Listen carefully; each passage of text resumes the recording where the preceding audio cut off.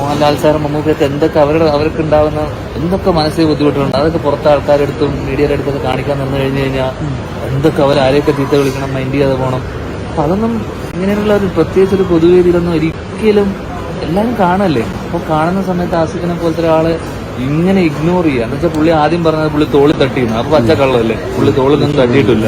പിന്നെ കുറച്ച് കഴിഞ്ഞ് വാർത്തയൊക്കെ കഴിഞ്ഞ് രാത്രി ആയപ്പോഴേക്കും പുള്ളി മനസ്സിലായത് പണി വളയെന്ന് മനസ്സിലായപ്പോൾ പുള്ളി പറഞ്ഞു അത് സോറി എന്ന് പറഞ്ഞു. അപ്പൊ ഇപ്പൊ സോറി ഒന്നും പറഞ്ഞിട്ട് ഒരു കാര്യമില്ല. ചെയ്തത് തെറ്റ് തന്നെയാണ്. ആസിഫ് അത് ഒരു ചെറിയ ചിരിയോടെ അത് അവസാനിപ്പിച്ചു. അതിനെ മൈൻഡ് ചെയ്തില്ല. അങ്ങനെയുള്ള ആൾക്കാർ നമ്മൾ ഈ ഒരു ചെറിയ ചിരിയിൽ നിന്ന് ഒതുക്കുക എന്നുള്ളത് മാത്രമേ ഉള്ളൂ. അതുകൊണ്ടെന്താ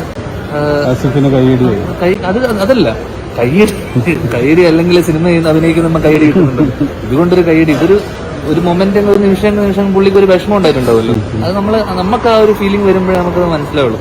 ഇത്ര ആൾക്കാരെ മുൻപ് എംബാരസ്ഡ് ആവുക എന്ന് പറഞ്ഞു. അതേ നാണയത്തിൽ വേറൊരാളെ പുള്ളി അത് ചെയ്തപ്പോൾ പുള്ളി അതിന് കുറെ സോറിയൊക്കെ പറഞ്ഞു. പക്ഷെ അതെനിക്കൊരു സോറി ആയിട്ട് എനിക്ക് തോന്നി.